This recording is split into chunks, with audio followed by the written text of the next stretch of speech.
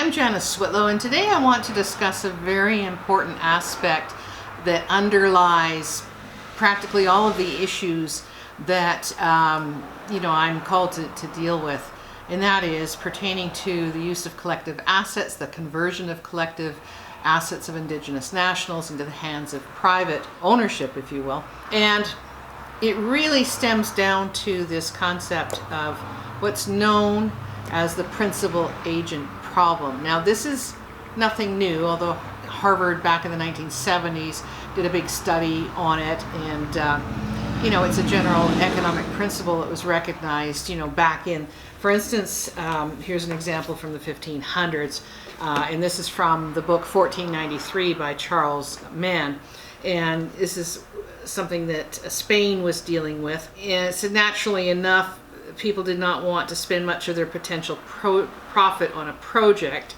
getting rid of the quote-unquote maroons from their particular area that would accrue most of its benefits after their departure. Instead, so this is, colony North America, instead they asked Madrid to ship in and maintain the soldiers. As the king stood to lose most from the attacks, the merchants reasoned, he stood to gain most from their suppression, and therefore he should foot the bills.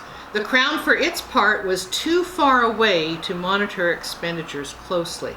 With no way to ensure that the short-termers wouldn't pocket funds designed for the anti-maroon campaign, the king was reluctant to, so to speak, sign the check. The conflict was a version of what economists call the principal-agent problem, when one party pays another to act on its behalf but can't readily measure its performance. And usually you will see this discussion arise in matters of investment and business. So I'm going to just relate, how it's described and discussed, and then I'm going to apply and explain how this is a situation between that causes problems and issues between Canada, the Crown, Indigenous nationals, Indian bands, Chief and Council, etc. And exactly how what has been structured never should have been structured that way. And those that did that structuring cannot be said not to understand these very principles in this problem, and how they failed to act to protect against it. It's some very clear ways of ensuring the best possible performance, if you will. But before I get ahead of myself here, so what is the principal-agent problem? The principal-agent problem is a conflict in priorities between a person or group and the representative authorized to act on their behalf. So think band members, for example, and Chief and Council. An agent may act in a way that is contrary to the best interests of the principal. Principal being, in our example, the collective owners, the collective owners of the collective assets. The principal-agent problem is as varied as the possible roles of principal and agent. It can occur in any situation in which the ownership of an asset or a principal delegates direct control over that asset to another party or agent. Now remember, I have spent a lot of time warning about these various things. I can't call them laws per se because they're not actually being done under Indigenous law. But what they're designed to do is to evidence the band members having handed over their authorities to Chief or Chief and Council, and in turn Chief and Council being able to hand over those authorities to a third party.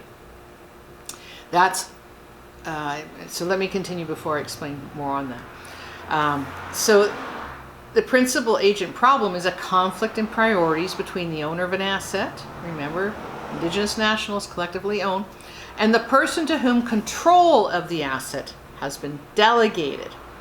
Problem can occur in many situations, from the relationship between a client and a lawyer, and relationship between stockholders and CEO. So let me, for example, explain this situation in our context of the expertise that I, for example, concern myself with.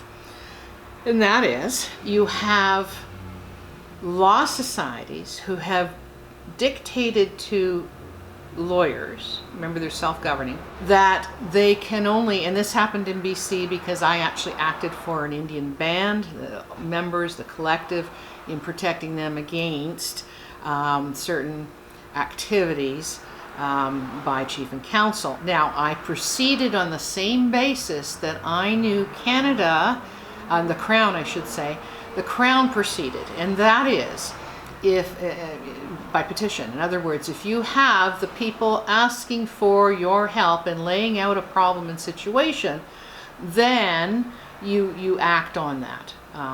So as the fiduciary, you're being triggered to provide the protection. So being first in-house legal counsel for an Indian band, to my knowledge, I did just that.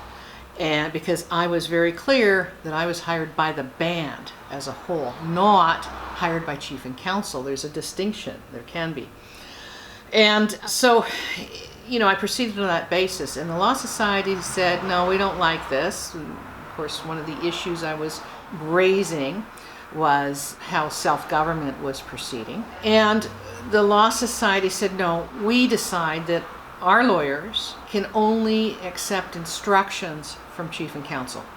So now remember, a lawyer who is not tasked with, like Crown lawyers are, not tasked with protecting the interests of the whole, we're talking about Indian bands now, they do not have to exhibit the responsibilities and duties that, for example, a Crown lawyer must. Here, when you have chief and counsel being able to issue the instructions and lawyers not being able to go past that and not having to, then here's the kind of thing that can happen. The lawyer can be instructed to set up a corporation in the name of a chief alone, or chief and counselors, or chief and other individuals, and the lawyer simply does that. The lawyer, in structuring that, is not thinking about protecting the collective assets of the band members. Their sole responsibility is to do as is told by chief and council. Now, one would hope that chief and council would be acting in the best interests of the band members. They're required to, but you know, there are incentives sometimes and opportunities that arise that distract from that. And with no checks and balances, things can happen, and things have happened. So it's very different from a situation where, for example, a Crown lawyer could not do that. A Crown lawyer would look at that, for instance, a lease coming through where the chief and council are set up as the beneficiaries under a lease. Then it's for, you know, a $1 instead of fair market value, and there's no path to show that the benefits will ultimately accrue to the band as a whole, then those kinds of schemes would be rejected. But not so when you have chief and counsel only instructing lawyers, and there's no one looking out in however and whatever deal's being done. There's no one there protecting the band members and their collective assets and their opportunities as a whole. So often you will see, and you know, for instance, in setting up companies, in the private sector, one cannot take money from someone else and purport to use that as being their own equity to submit into the company. In other words, the problem we have here is individuals are setting up companies using not their own assets, they're using band assets. Those are actually being then converted into their private holdings. They can distribute it to themselves because also as part of this structure, the band members are not typically set up as the shareholders. So the shareholders, you know, and this is talking about how this principal agent problem can arise between stockholders and the CEO. It's basically the CEO calls the shots. Stockholders may not necessarily be assured that their best interests are being placed first. You know, CEO may be paying himself, you know, a huge amount of money and not actually performing for that. A lot of different aspects. But imagine even more so when, because there are some things that can be done, but imagine even more so where the stockholders and the CEO and governing persons for the company are actually the same people, right? So this becomes a very big problem. Resolving this kind of situation requires changing the system and the structure, in particular how rewards happen in order to align priorities, and improving the flow of information, or both. How do you overcome this? You require full transparency, placing restrictions on the agent's capabilities, and tying compensation structure to the well-being of the principal. In other words, the principal being the collective owner in our situation. So all of this stuff that's been set up, and it says agency problem arises when incentives or motivations present themselves to an agent to not act in the full best interest of the principal. Though regulations are by incentivizing an agent to act in accordance with the principal's best interest, agency problems can be reduced. Now, usually it's been Canada, the federal government, having this difficulty of not really being able to know where the money that's being provided to chief and council, knowing how it's being spent or not. So what the federal government wants to do then is rid itself of that responsibility, because remember, as a trustee, ultimately accountable. If Canada was not careful in how it distributed or handed off collective assets, and didn't ensure that they were going to where they needed to go to benefit the band as a whole, then guess what? The band members can sue the federal government for the losses. So Canada, federal government, wants to hand all this stuff off to chief and council so that Canada no longer has that liability. And knowing that chief and council will have no checks and balances, just as today, and also knowing that band members have no real ability to serve as a check and balance. They don't have the money. There's no independent source of revenue of legal aid, for instance, that will help them keep their chief and council accountable. And more importantly, once these structures have been set up, there was that big push to separate, governance from business, and there's some good aspects about that, right? You don't want your businesses influenced by the politics.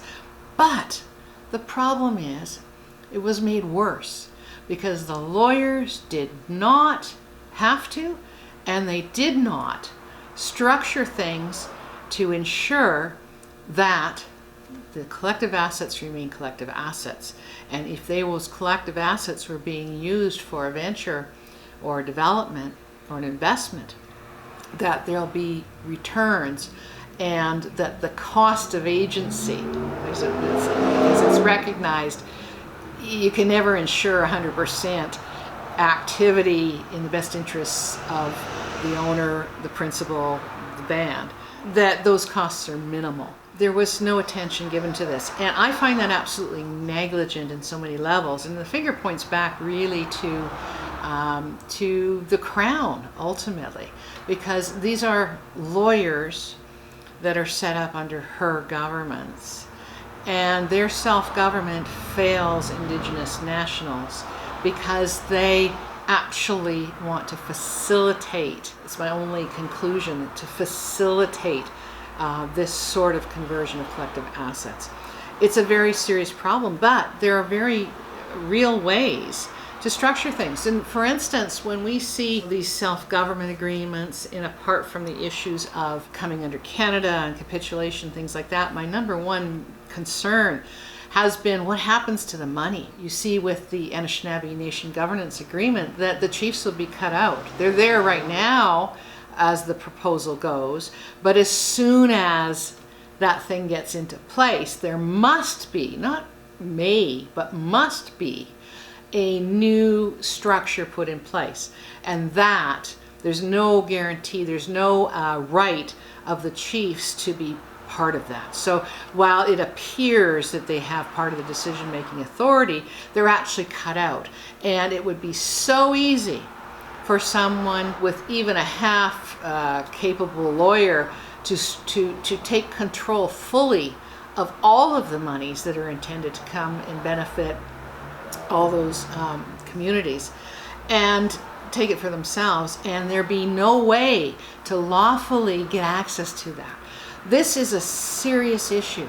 With First Nations Lands Management Act, the big carrot, the big incentive is, well, Chief and Council, we will hand over to you all of your trust monies that we hold. And either one of two ways. They'll put it in your bank account, so one or two signatures can move that, or they'll they'll hold it as, in their trust accounts. But what Canada has been doing is on the basis of saying, we don't want to be paternalistic, this is their self-government, if they ask for some of their money, we'll give it.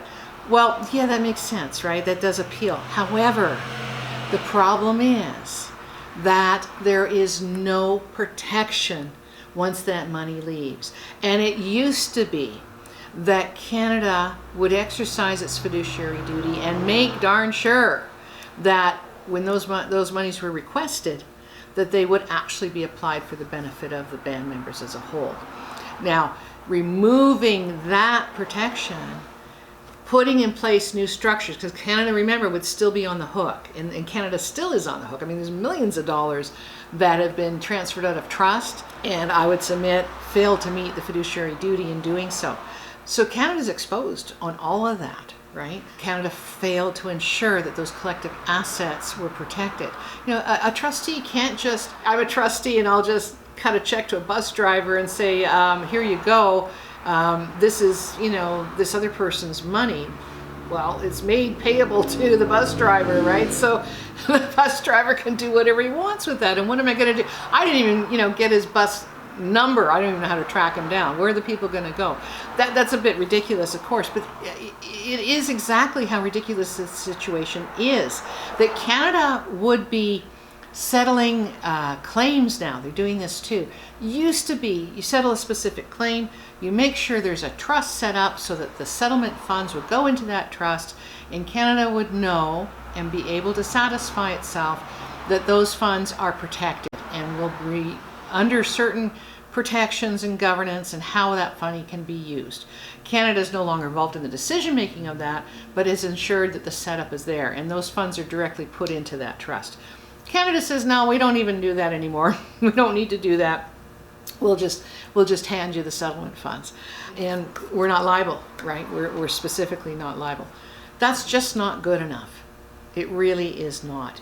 And this fundamental concept of principal agent problem, it's what has driven putting and maintaining bands, Indian bands, communities, Indigenous nationals into poverty and keeping them there. Because Canada will say, once these initiatives are all in place, well, we settled everything, we've given you everything we need to do, you're now under Canada. Under our appropriations, money's tight. This year the deficit's going to be $250 billion, it's anticipated, instead of 12 or 13 billion. Well, you know what? There's just no more money. We're not obliged to give you more money.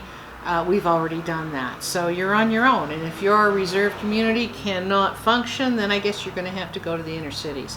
And like any other Canadian, because that's really all you are, then try to make your way. And there's services and things that, as a Canadian you can access. That's just not good enough. Canada cannot, the trustee cannot absolve itself of its responsibilities in that way. And however it's structured, that the people agree.